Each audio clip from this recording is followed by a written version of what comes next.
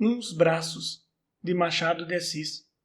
Inácio estremeceu, ouvindo os gritos do solicitador. Recebeu o prato que este lhe apresentava e tratou de comer, debaixo de uma trovoada de nomes: malandro, cabeça de vento, estúpido, maluco. Onde anda que nunca ouve o que lhe digo?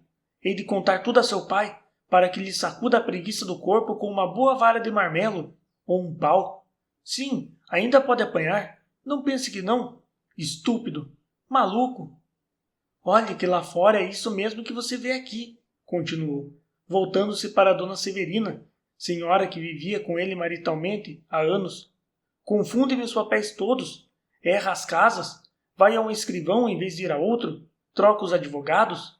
É o diabo, é o tal sono pesado e contínuo. De manhã é o que se vê. Primeiro que acorde, é preciso quebrar-lhe os ossos. Deixe, amanhã hei de acordá-lo a pau de vassoura. Dona Severina tocou-lhe no pé, como pedindo que acabasse. Borges expectorou ainda alguns impropérios e ficou em paz com Deus e os homens. Não digo que ficou em paz com os meninos, porque o nosso Inácio não era propriamente menino. Tinha 15 anos, feitos e bem feitos, cabeça inculta, mas bela, olhos de rapaz que sonha, que adivinha, que indaga, que quer saber e não acaba de saber nada. Tudo isso posto sobre um corpo não destituído de graça, ainda que mal vestido. O pai é barbeiro na Cidade Nova, e pô-lo de agente, escrevente ou o que quer que era, do solicitador Borges, com esperança de vê-lo no foro, porque lhe parecia que os procuradores de causas ganhavam muito. Passava-se isto na Rua da Lapa, em 1870. Durante alguns minutos não se ouviu mais que o tinir dos talheres e o ruído da mastigação. Borges abarrotava-se de alface e vaca, interrompia-se para virgular a oração com um golpe de vinho e continuava logo calado. Inácio ia comendo devagarinho, não ousando levantar os olhos do prato, nem para colocá-los onde eles estavam no momento em que o terrível Borges o descompôs. Verdade é que seria agora muito arriscado. Nunca ele pôs os olhos nos braços de Dona Severina, que se não esquecesse de si e de tudo. Também a culpa era antes de Dona Severina em trazê-los assim, nus, constantemente. Usava mangas curtas em todos os vestidos de casa, meio palmo abaixo do ombro. Dali em diante ficavam-lhe os braços à amostra. Na verdade eram belos e cheios, em harmonia com a dona, que era antes grossa que fina, e não perdia a cor nem a maciez por viverem ao ar.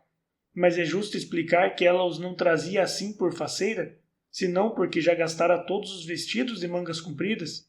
De pé, era muito vistosa. Andando, tinha meneios engraçados.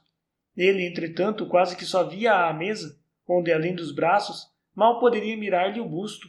Não se pode dizer que era bonita, mas também não era feia. Nenhum adorno. O próprio penteado consta de muito pouco.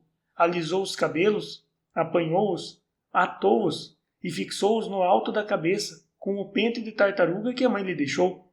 Ao pescoço, um lenço escuro. Nas orelhas, nada. Tudo isso com 27 anos floridos e sólidos. Acabaram de jantar.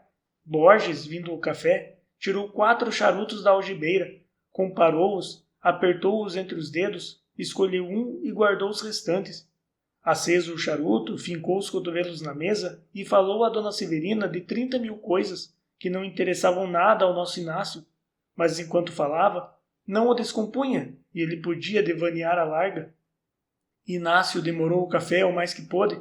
Entre um e outro gole, alisava a toalha, arrancava dos dedos pedacinhos de pele imaginários, ou passava os olhos pelos quadros da sala de jantar, que eram 2, um São Pedro e um São João, registros trazidos de festas encaixilhados em casa.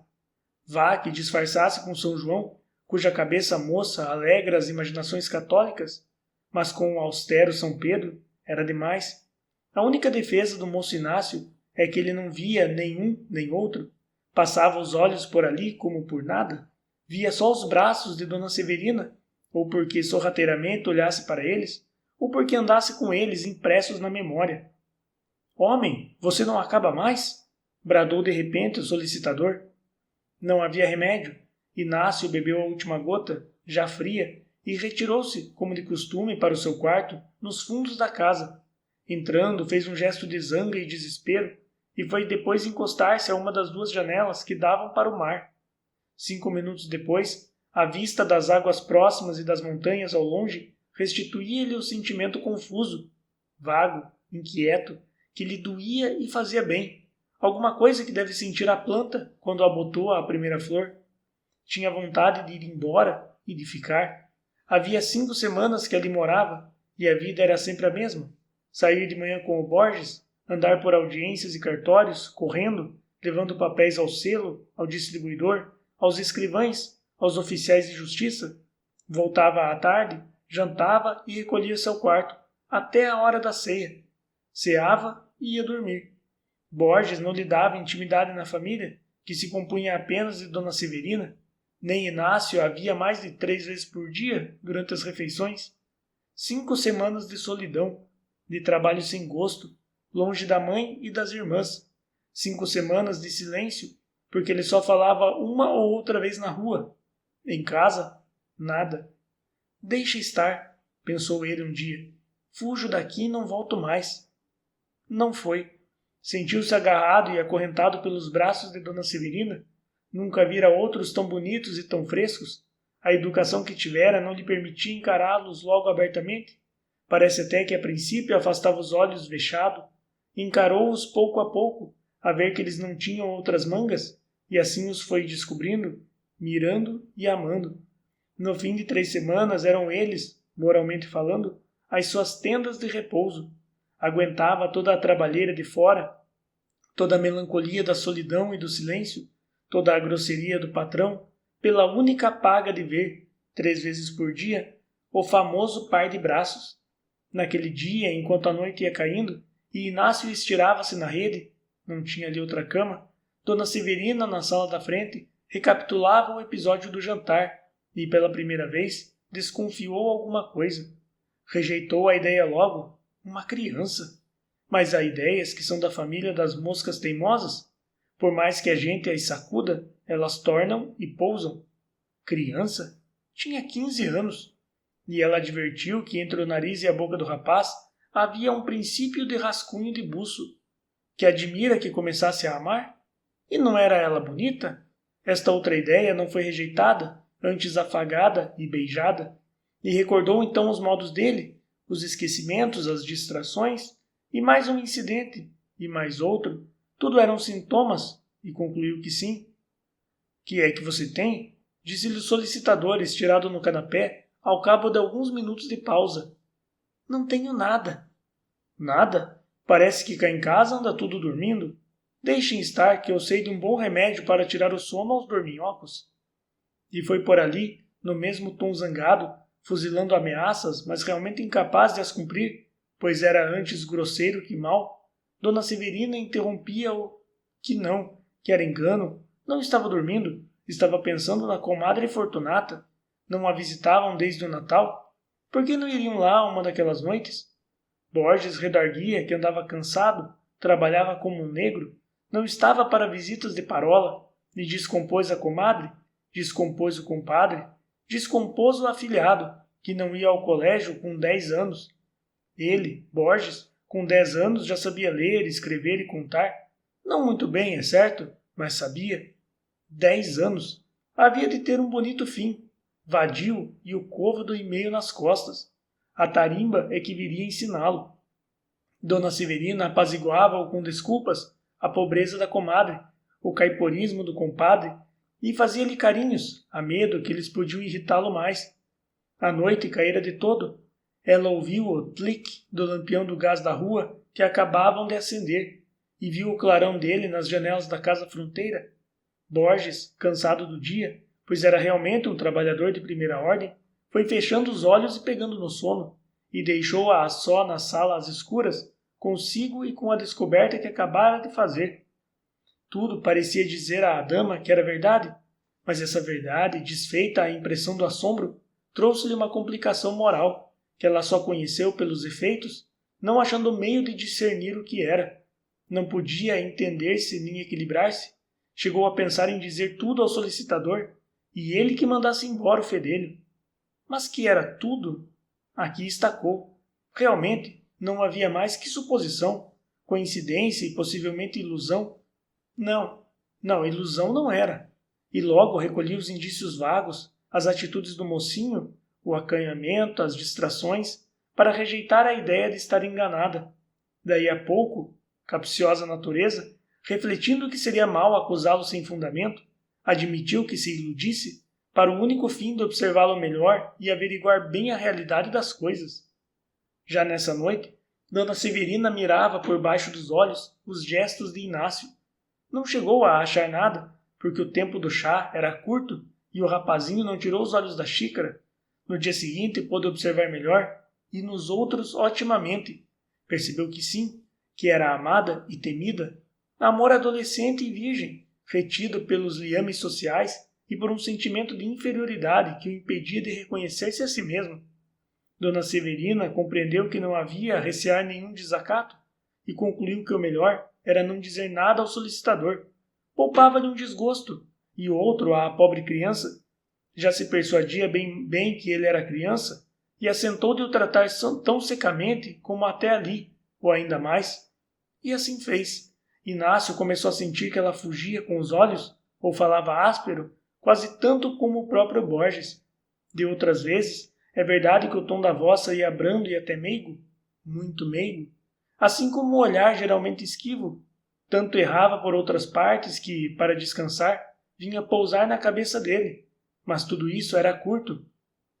Vou-me embora, repetia ele na rua como nos primeiros dias. Chegava à casa e não se ia embora. Os braços de Dona Severina fechavam-lhe um parênteses no meio do longo e fastidioso período da vida que levava. E essa oração intercalada trazia uma ideia original e profunda, inventada pelo céu unicamente para ele. Deixava-se estar e ia andando. Afinal, porém, teve de sair e para nunca mais. Eis aqui como e porquê. Dona Severina tratava-o desde alguns dias com benignidade, a rudeza da voz parecia acabada, e havia mais do que brandura, havia desvelo e carinho. Um dia recomendava-lhe que não apanhasse ar, outro que não bebesse água fria depois do café quente. Conselhos, lembranças, cuidados de amiga e mãe, que lhe lançaram na alma ainda maior inquietação e confusão. Inácio chegou ao extremo de confiança de rir um dia à mesa, coisa que jamais fizera, e o solicitador não o tratou mal dessa vez, porque era ele que contava um caso engraçado e ninguém pune a outro pelo aplauso que recebe. Foi então que Dona Severina viu que a boca do mocinho, graciosa estando calada, não o era menos quando ria. A agitação de Inácio ia crescendo, sem que ele pudesse acalmar-se nem entender-se. Não estava bem em parte nenhuma. Acordava de noite pensando em Dona Severina. Na rua trocava de esquinas, errava às portas, muito mais que antes, e não via mulher, ao longe ou ao perto, que lhe a não trouxesse à memória. Ao entrar no corredor da casa, voltando do trabalho, sentia sempre algum alvoroço, às vezes grande, quando dava com ela no topo da escada, olhando através das grades de pau da cancela, como tendo acudido a ver quem era. Um domingo, nunca ele esqueceu esse domingo, estava só no quarto, à janela virado para o mar, que lhe falava a mesma linguagem obscura e nova de Dona Severina. Divertia-se em olhar para as gaivotas, que faziam grandes giros no ar, ou pairavam em cima da água, ou avoaçavam somente. O dia estava lindíssimo. Não era só um domingo cristão, era um imenso domingo universal. Inácio passava-os todos ali no quarto ou à janela, ou relendo um dos 3 folhetos que trouxera consigo, contos de outros tempos, comprados a tostão debaixo do passadiço do Largo do Paço. Eram 2 horas da tarde. Estava cansado, dormira mal à noite, depois de haver andado muito na véspera. Atirou-se na rede, pegou um dos folhetos, A Princesa Magalona, e começou a ler. Nunca pôde entender por que todas as heroínas dessas velhas histórias tinham a mesma cara e talhe de Dona Severina, mas a verdade é que os tinham. Ao cabo de meia hora deixou cair o folheto e pôs os olhos na parede, donde, 5 minutos depois, viu sair a dama dos seus cuidados. O natural era que se espantasse, mas não se espantou, embora com as pálpebras cerradas, viu-a desprender-se de todo, parar, sorrir e andar para a rede. Era ela mesma, eram os seus mesmos braços.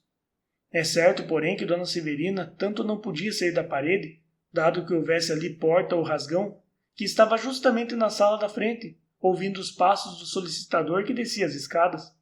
Ouviu-o descer, foi à janela vê-lo sair e só se recolheu quando ele se perdeu ao longe, no caminho da Rua das Mangueiras.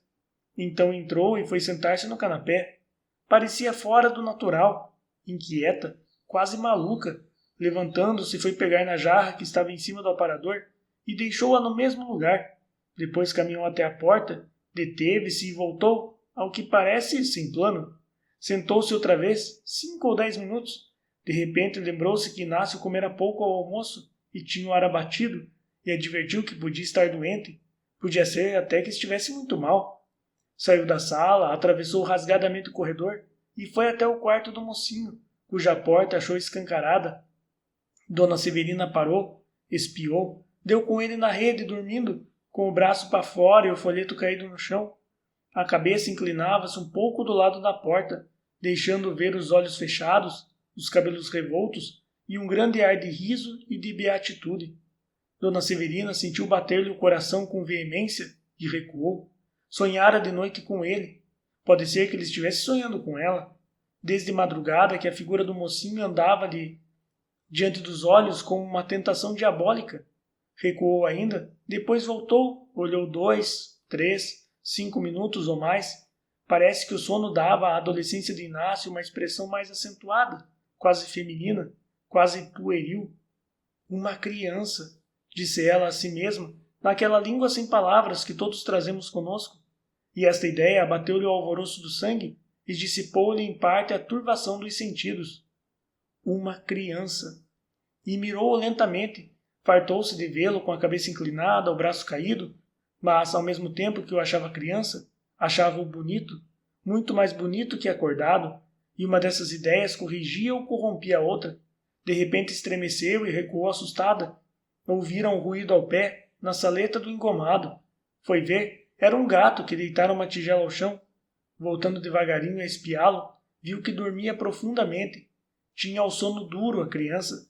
O rumor que a abalara tanto não o fez sequer mudar de posição, e ela continuou a vê-lo dormir. Dormir e talvez sonhar.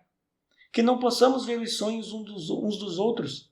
Dona Severina ter-se-ia visto a si mesma na imaginação do rapaz, ter-se-ia visto diante da rede, risonha e parada, depois inclinar-se, pegar-lhe nas mãos, levá-las ao peito, cruzando ali os braços, os famosos braços.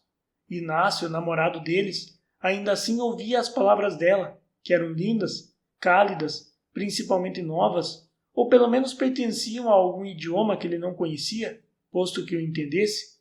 2, 3 e 4 vezes a figura esvaía-se, para tornar logo vindo do mar ou de outra parte, entre gaivotas ou atravessando o corredor, com toda a graça robusta de que era capaz. E tornando, inclinava-se, pegava-lhe outra vez das mãos e cruzava ao peito, os braços, até que, inclinando-se ainda mais, muito mais, abrochou os lábios e deixou-lhe um beijo na boca. Aqui o sonho coincidiu com a realidade, e as mesmas bocas uniram-se na imaginação e fora dela. A diferença é que a visão não recuou, e a pessoa real tão depressa cumprira o gesto, como fugiu até a porta, vexada e medrosa.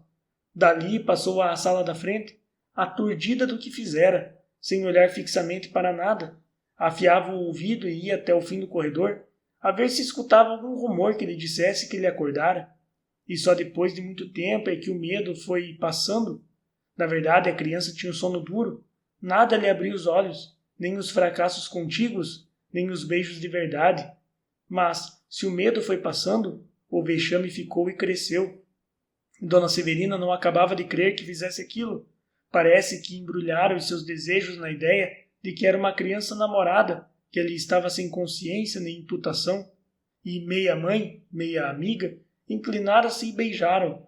Fosse como fosse, estava confusa, irritada, aborrecida, mal consigo e mal com ele. O medo de que ele podia estar fingindo que dormia apontou-lhe na alma e deu-lhe um calafrio. Mas a verdade é que dormiu, ainda muito, e só acordou para jantar. Sentou-se à mesa lépido, conquanto achasse Dona Severina calada e severa, e o solicitador tão ríspido como nos outros dias. Nem a rispidez de um, nem a severidade da outra podiam dissipar-lhe a visão graciosa que ainda trazia consigo, ou amortecer-lhe a sensação do beijo. Não reparou que Dona Severina tinha um xale que lhe cobria os braços. Reparou depois, na segunda-feira, e na terça-feira, também e até no sábado, que foi o dia em que Borges mandou dizer ao pai que não podia ficar com ele, e não o fez zangado, porque o tratou relativamente bem e ainda lhe disse à saída: "Quando precisar de mim, para alguma coisa, procure-me." "Sim, senhor. A senhora, Dona Severina, está lá para o quarto, com muita dor de cabeça. Venha amanhã ou depois despedir-se dela." Inácio saiu sem entender nada. Não entendia a despedida nem a completa mudança de Dona Severina em relação a ele, nem o xale, nem nada. Estava tão bem, falava-lhe com tanta amizade. Como é que, de repente, tanto pensou que acabou supondo de sua parte algum olhar indiscreto, alguma distração que a ofendera? Não era outra coisa. E daqui a cara fechada e o xale que cobria os braços tão bonitos? Não importa. Levava consigo o sabor do sonho, e através dos anos, por meio de outros amores, mais efetivos e longos, nenhuma sensação achou nunca igual à daquele domingo, na Rua da Lapa, quando ele tinha 15 anos. Ele mesmo exclamava às vezes, sem saber que se engana. E foi um sonho. Um simples sonho.